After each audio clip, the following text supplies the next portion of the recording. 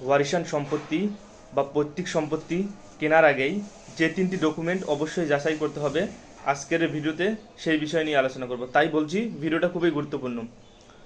পৈতৃক সম্পত্তি কেনার আগে প্রথমে যে বিষয়টা যাচাই করতে হবে সেটা হচ্ছে ওয়ারিশ সনদ।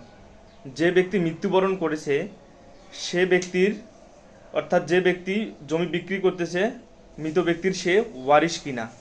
যদি ওয়ারিশ না হয়ে থাকে তাহলে আপনি ওয়ারিশান সম্পত্তি অর্থাৎ পৈতৃক সম্পত্তি বলে তিনি দাবি করতেছেন, তার জমিটা আপনি কিনবেন না।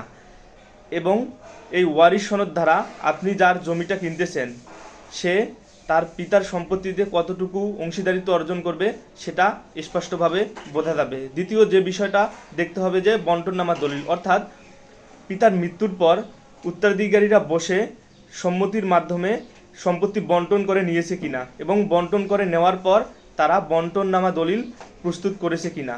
যদি প্রস্তুত না করে থাকে তাহলে আপনি সেই সম্পত্তি ক্রয় করবেন না। তৃতীয়ত যে বিষয়টা দেখতে হবে সেটা হচ্ছে নামজারি খতিয়ান, অর্থাৎ আপনি যে ব্যক্তি জমিটা কিনতেছেন তার নামে নামজারি করা আছে কিনা।